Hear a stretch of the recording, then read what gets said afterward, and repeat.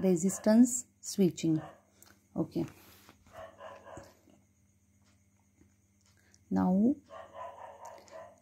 आता रेजिस्टन्स स्विचिंगमध्ये काय करतात, see here, because of the current chopping, capacitive current breaking, voltage oscillations occur. Okay, because of the current chopping, capacitive current breaking, voltage oscillations occur. हे आपण आता मागच्या याच्यामध्ये बघितलं की अचानक सडनली जर एखाद्या सिस्टीमवरचा करंट आपण 0 केला तर बट ऑब्वियस आहे की तिकडे हाय स्पीडला काहीतरी ऑसिलेशन्स तयार होणार. ते कशामुळे तयार होणार, तर तिथल्या फ्रिक्वेन्सी चेंज झाल्यामुळे, बरोबर आहे. So these excessive oscillations can be prevented by using shunt resistance R connected across the CV as shown in the figure. Now CB is connected across this resistance R. Okay, and this is the inductance and this is the capacitor of your transmission line and this is generator. So now fault is occur this side. Okay, so see here, actually in practically कसं असतं की इथे हा inductor आहे.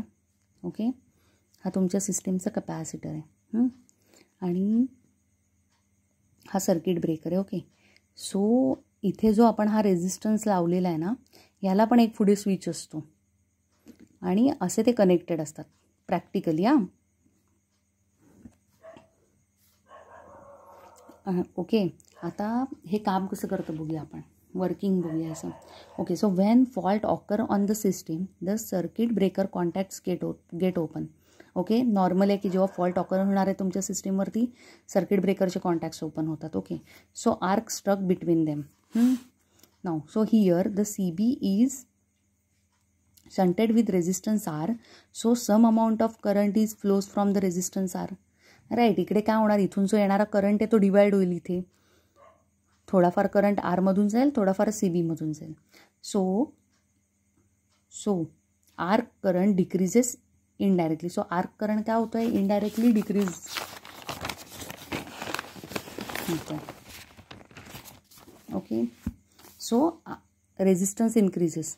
So this leads to increase in arc current through resistance. Okay, this process is continuous until the arc vanish. Arc vanish होईपर्यंत काय होतं की जसं जसं आर्क व्हॅनिश व्हायला सुरुवात होते म्हणजेच काय होतं की तिथला रेजिस्टन्स वाढतो. सो मॅक्सिमम करंट आहे तो कुठून फ्लो होणार, तुमच्या रेजिस्टन्समधून फ्लो होणार. आर्कचा रेजिस्टन्स वाढतो, बरोबर आहे, आणि इकडच्या रेजिस्टन्सची काहीतरी एक फिक्स व्हॅल्यू असणार, बरोबर. मग त्याच्यामुळे जो पण काय करंट आहे तो तिथून फ्लो होईल. Okay, so this process is continuous until the arc vanish. This shunt resistance also helps in limit the oscillation growth of restriking voltage. Okay, आता प्रॅक्टिकली काय होतं माहिती आहे की ह्याच्यामधून जाणारा जो फ्लो होणारा करंट आहे हा पण आपल्याला लिमिट करायला पाहिजे ना. तर ह्याचं मेकॅनिझम असं प्रॅक्टिकली अरेंज केलेलं असतं की जेव्हा पण सिस्टीमवरती इथे फॉल्ट ऑकर होईल तेव्हा काय होणार, सर्किट ब्रेकरचे कॉन्टॅक्ट जसे ओपन होतील ना तसे हे कॉन्टॅक्ट्स क्लोज होतात. ओके, नॉर्मली हे ओपन असतात, त्यावेळेला रेजिस्टन्स कनेक्टेड नसतो सिस्टीममध्ये. ओके, करंट नॉर्मली इकडून इकडे फ्लो होत असतो. Okay, but when fault occur on the system काय होतं, some amount of current is flow from circuit breaker and some amount of current is flow from resistance because this switch get close. Okay, आता इथले arc पूर्ण vanish झाली म्हणजे काय, इकडचा current काय झाला, 0 झाला, बरोबर आहे. सो सगळा करंट आहे तो इथून फ्लो होतोय. मग त्यावेळेला काय करतात, हा स्विच ओपन करतात. इथे एक स्विच असतो, तो स्विच ओपन करतात. ओके, आणि मग करंट इथला व्हॅनिश करतात आणि मग इकडून करंट पूर्णपणे सिस्टीम तुमची आयसोलेट होते. Okay,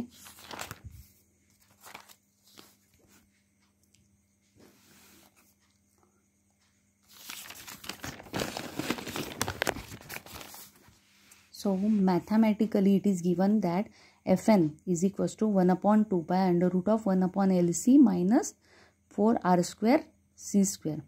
This method become more effective when we can choose value of resistance R so that circuit is critically damped. जेव्हा सर्किट क्रिटिकली डॅम्प असेल तेव्हा जर R ची व्हॅल्यू तुम्ही आपण चॉईस केली तर this method become more effective. So R is required for critical damping is 0.5 into under root of L/C. Root L/C. Okay, समजले.